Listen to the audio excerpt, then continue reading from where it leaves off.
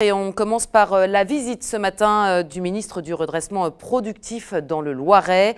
Arnaud Montebourg était sur le site de Fagor-Brandt à Saint-Jean-de-la-Ruelle. Une présence symbolique puisque Fagor est la première entreprise à bénéficier du plan de résistance économique mis en place par le ministre.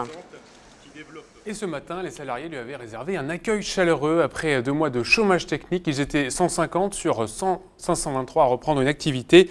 Des salariés prêts à se battre pour leur entreprise. Reportage Amélie Lepage avec Pierre-Dominique Lepé. Jean-Marie, 36 ans chez Fagor-Brandt. Mélanie, 15 ans. Jean-Louis, 24 ans.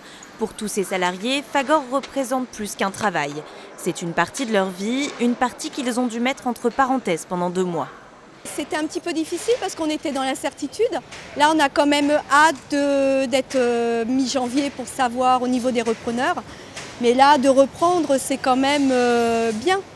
On a des belles choses à montrer, on a des belles choses à vendre. Donc les repreneurs, c'est que du positif pour eux. On leur montre ce qu'on sait faire.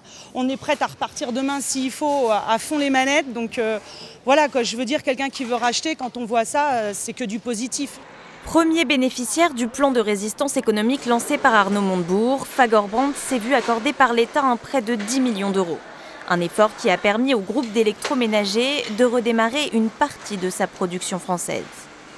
La reprise partielle de l'activité, elle permet déjà à Fagor-Brandt d'engranger de nouveaux revenus, car qui dit production dit des nouveaux produits. On va de nouveau pouvoir augmenter le rythme des livraisons à la distribution.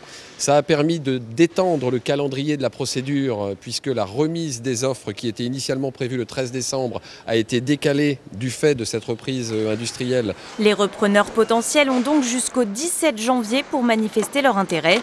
Et pour rassurer les salariés, le ministre a profité de sa visite pour préciser ses conditions.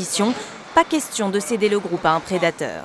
C'est très bien qu'il y ait plusieurs offres, parce que ça veut dire qu'il y a une compétition. Et comme ça permet de rehausser le niveau des contreparties et des exigences et de défendre l'emploi. Quelles sont les contreparties justement et les exigences? Le plus de sites possible, repris, le plus possible d'emplois repris et un projet industriel durable avec des conquêtes de marché supplémentaires. En France, Fagor-Brandt emploie plus de 1800 salariés répartis sur 4 sites, dont 2 en région centre.